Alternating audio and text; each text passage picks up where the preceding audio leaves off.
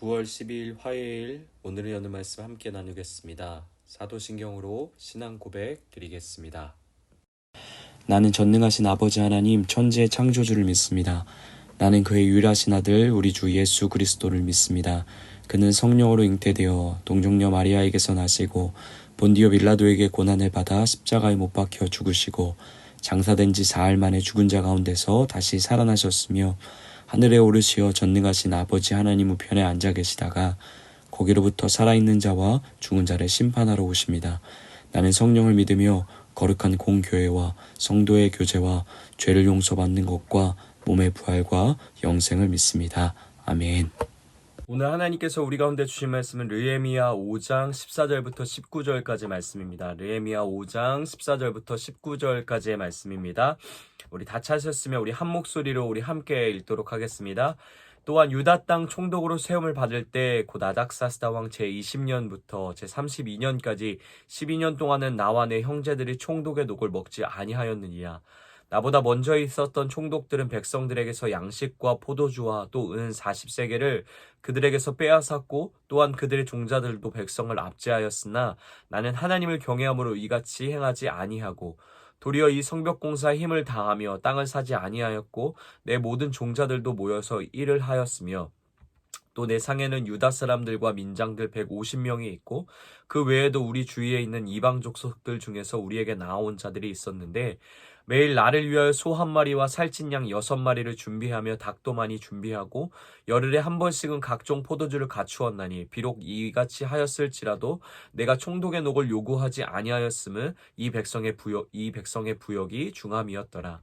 내 하나님이여 내가 이 백성을 위하여 행한 모든 일을 기억하사 내게 은혜를 베푸시옵소서. 아멘. 르헤미야를 시작하면서부터 계속해서 강조되던 것이 하나 있었습니다. 하나님이 르헤미야 성벽 재건 프로젝트라는 하나님의 원대한 약속의 성취를 이루시면서 이 일은 한 사람의 뛰어난 리더십이나 진행력으로 이루어지는 것이 아니라 이스라엘 모든 백성이 함께 만들어가게 하는 것임을 끊임없이 상기시키고 강조하셨죠. 그 마음을 고스란히 소유한 르헤미야도 이 성벽 재건 프로젝트가 시작하기 전 이스라엘 백성들을 이 사역 가운데 동원할 때 그가 강조하며 내건 슬로건이 우리는 주의 한 백성, 우리는 주님의 한 민족이다 였습니다. 그리고 그 말에 감동한 이스라엘 백성들도 너도 나도 할 것 없이 자신들의 민족을 위한 자신들의 공동체를 위한 어떤 대가도 받지 않는 자기의 생계를 뒤로 한 채 그 사역 가운데로 함께 동참하기 위해 뛰어 들어오게 되죠. 그리고 우리가 주일 예배를 통해 함께 살펴봤듯이 목숨까지 위태로운 결코 작지 않은 외부의 방해와 압력이 있었음에도 불구하고 그들은 힘을 합쳐서 잘 이겨냈으며 성벽 재건 프로젝트는 계속해서 진행되어져 가고 있었습니다. 어려움과 위기를 함께 견디며 넘어온 공동체였기에 한층 더 결속력은 두터워졌을 것 같은데요. 그런데 어제 우리가 오늘을 여는 말씀 속에 보았듯이 갑자기 내부의 보병이 나타나게 됩니다. 오랜 시간 생계를 돌아볼 겨를 없이 성벽 재건에 몰두해 가던 가난한 백성들이 점점 더 배고픔과 굶주림에 시달리게 되죠. 또 엎친 데 덮친 격으로 온 나라가 흉년의 시간을 보내게 됩니다. 그런 가난함 가운데 하루하루 자신과 가족들이 먹을 것조차 쉽사리 해결하기 어려운 상황 속에서 서민들은 그래도 부유했던 귀족들과 관리들에게 곡식을 사기 위해 빚을 져야 하는 상황이 오게 되었죠. 이런 상황에서 이스라엘의 부유층들이 가난한 사람들에게 한민족이니까 도움의 손길을 내밀었다면 참 좋았을 텐데 오히려 서민들의 처지를 악용해서 더 많은 돈을 벌어들이려고 한 것입니다. 서민들에게 돈을 빌려주고 높은 이자를 받았고 만약 그 빚을 갚지 못하면 그들이 가지고 있던 땅이나 재산을 빼앗아갔고 또 심지어는 자식을 노예로 데려가는 일이 버젓이 하나님을 믿는 이스라엘 백성들 가운데 공동체 가운데 일어나게 된 것입니다. 우리는 한민족이라 말하며 우리는 주의 한 백성이라 외치며 이 성벽 재건 사역에 동원되었고 그리고 열심을 다해 그 일을 감당했는데 돌아오는 것 그 한민족인 같은 이스라엘 백성들 때문에 너무나 고통스러운 시간을 보내게 된 것이죠. 원래 율법은 돈을 빌려주고 이자를 받는 것을 철저히 금하고 있습니다. 그리고 우리가 잘 아는 것처럼 가난한 자들, 고아와 과부들과 같이 같은 민족 안에 살아가는 사회 취약계층들을 향해 이스라엘은 어떤 누구도 예외 없이 하나님께서 보여주신 자비와 사랑처럼 그들을 외면하지 말고 적극적으로 도울 것을 하나님은 율법을 통해 명시 또 명령하셨습니다.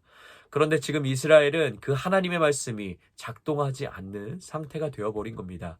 이스라엘에게 요구되었던 가장 큰 계명, 하나님을 사랑하고 또한 내 이웃을 내 몸과 같이 사랑하라는 하나님의 말씀이 전혀 운행하지 못하고 있는 모습인 거죠.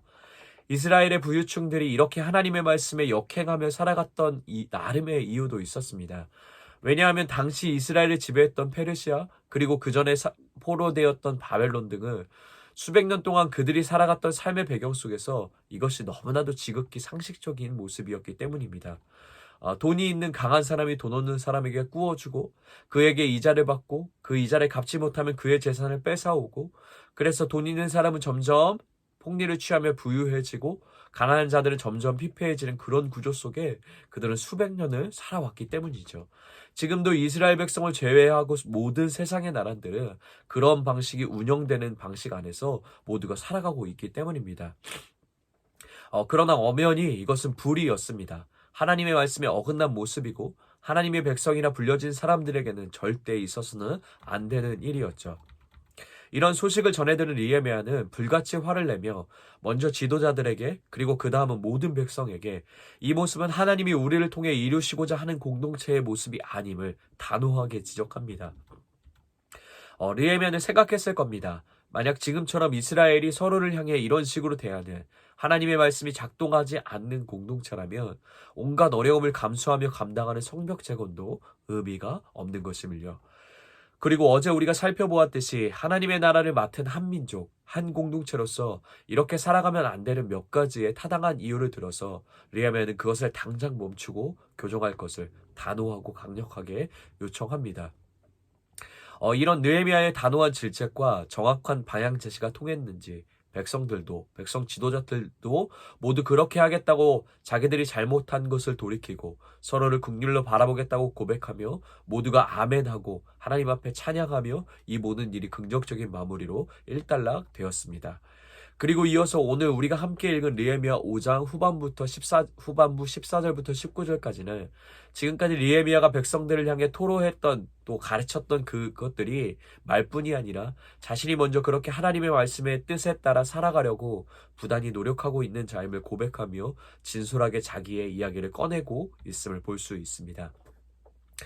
바로 앞선 말씀에서도 느헤미야는 백성들로 하여금 단순히 말로 그들을 가르치고 인도할 뿐만 아니라 먼저 자기가 삶으로 하나님의 말씀에 따라 살아가고 있음의 모범을 보여주었죠. 그리고 그것이 듣는 이로 하여금 신뢰와 감동으로 전해졌기에 그 결과로 어그러진 세상의 방식대로 살아가던 이스라엘 백성들이 다시금 하나님의 말씀대로 살아가겠다고 돌이키며 나오게 되었습니다. 느헤미야는 계속해서 자기의 모범을 들어서 이스라엘 백성들로 하여금 하나님의 백성이 어떻게 살아가야 하는지, 하나님의 백성들은 서로를 향해 어떻게 대해야 되는지에 대한 가르침을 이어갑니다. 우리 오늘 말씀 14절, 15절 말씀 다시 한번 읽어보겠습니다.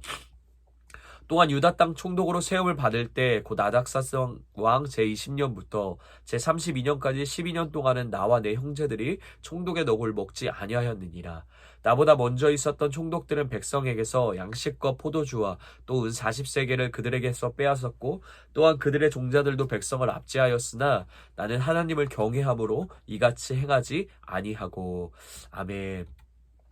오늘 말씀의 내용에 보면 느헤미야는 아닥사스다 왕 20년부터 32년까지 총 12년 동안 유다의 총독으로 활동하였습니다. 그 기간 동안 느헤미야는 백성을 사랑하고 배려하는 마음에 자신의 정당한 총독으로서의 권리를 포기하고 행사하지 않았다라고 호소하고 있습니다. 당시의 총독들은 백성들로 하여금 세금을 걷어서 사용할 권리를 가지고 있었습니다.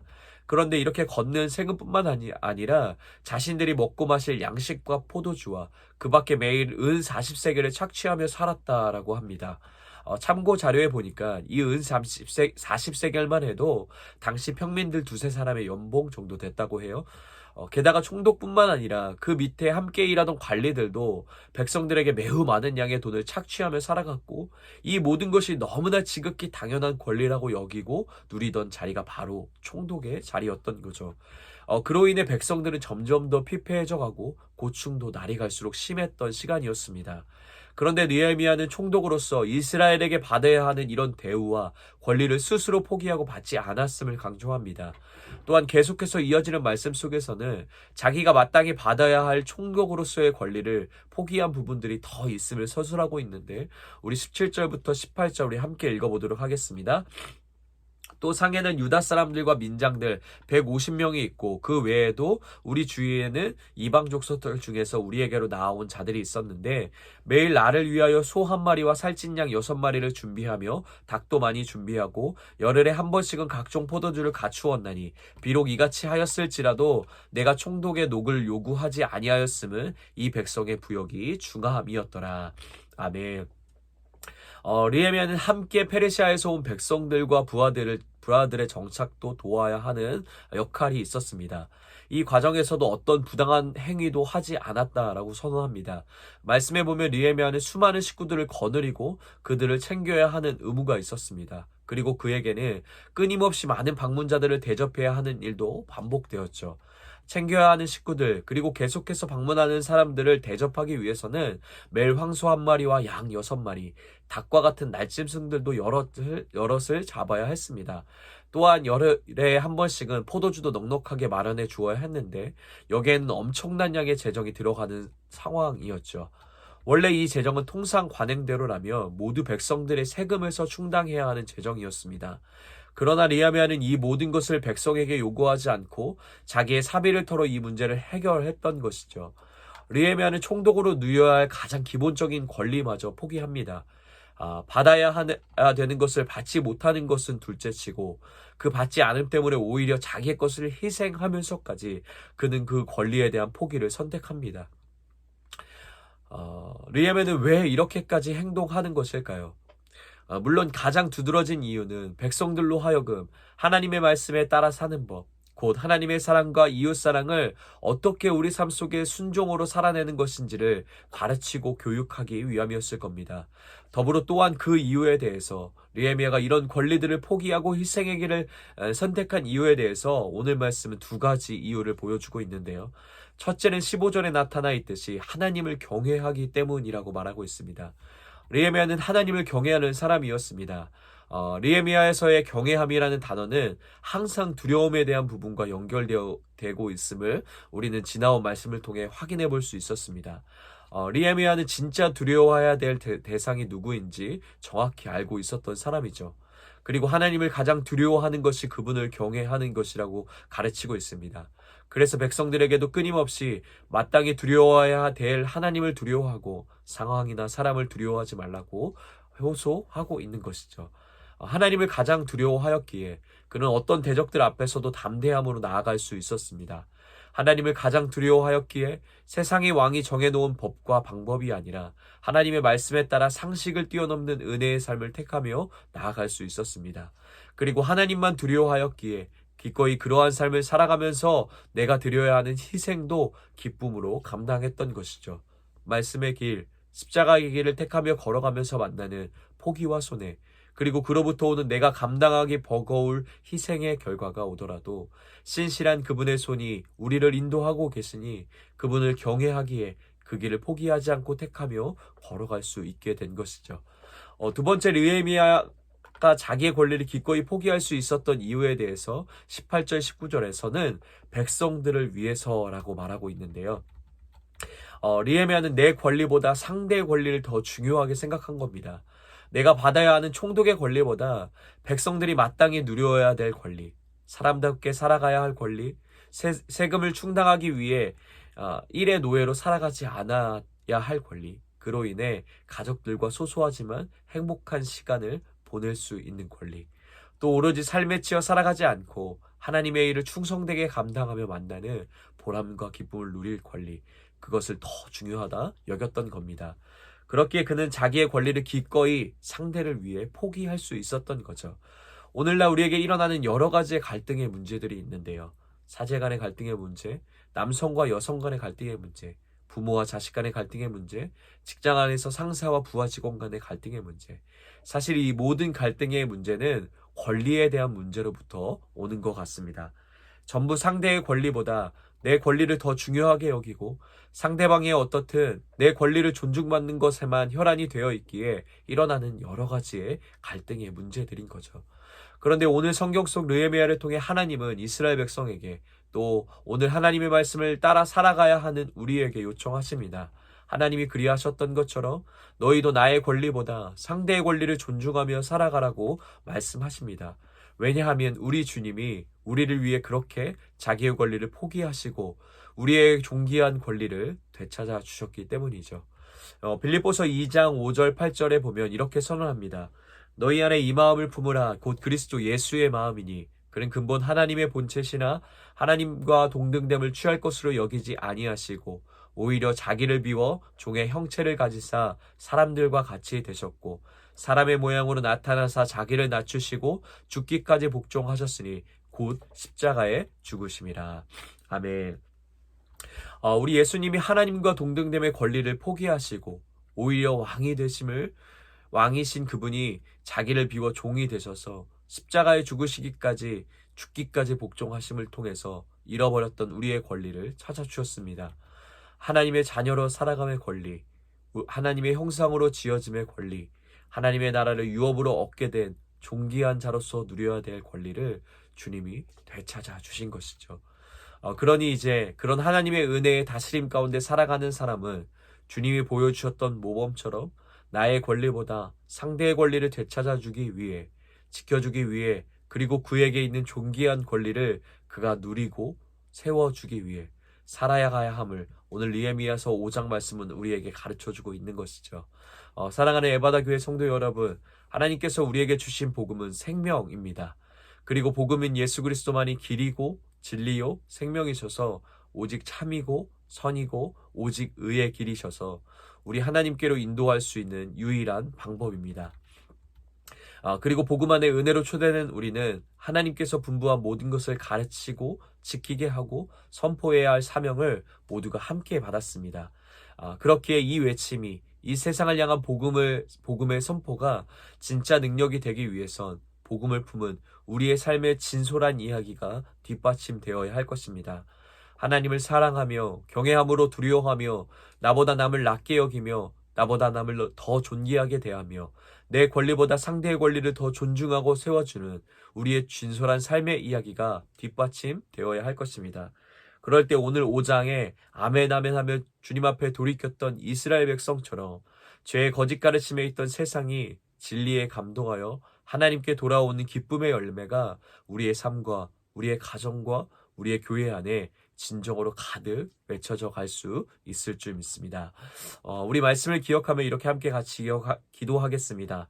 하나님을 사랑함과 경외함으로 나의 권리만 내세우지 않고 상대의 권리를 존중하고 세워주는 하루 되게 하여 주시옵소서라고 우리 함께 같이 기도하겠습니다.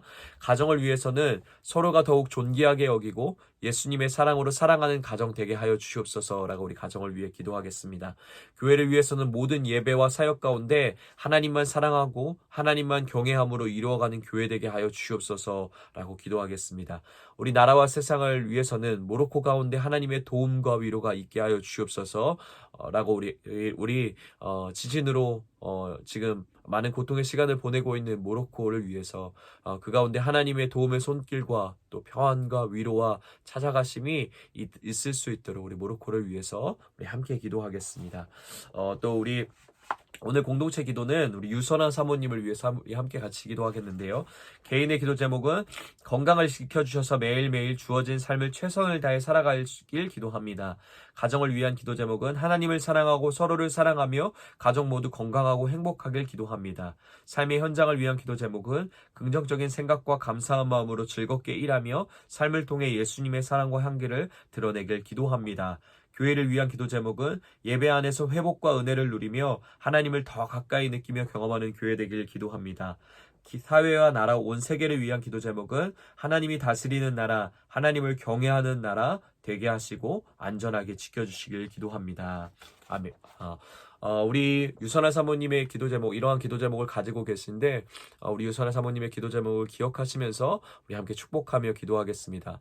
또 오늘 또 유선아 사모님 생신을 맞이하셨는데 오늘 하루 하나님이 우리 사모님을 지으시면서 느끼셨던 그 기쁨과 감격이 우리 사모님과 또 함께하는 모든 사람들에게 가득 부어지는 그런 은혜의 시간들 될 수 있도록, 은혜의 날 될 수 있도록 또 마음껏 더 많이 축복하며 기도하며 우리 유선 사모님을 올려드리며 우리 함께 같이 기도하겠습니다. 또 우리 각자에게 주신 기도 제목, 또 가정을 위한 기도 제목, 또 우리 지체들을 향해 알고 계신 기도 제목과 나라 열방을 위한 기도 제목들을 생각하시며 하나님의 마음으로 기억하며 기도하며 각자의 자리에서 기도하시고 우리 주기도문으로 모든 예배 마치도록 하겠습니다.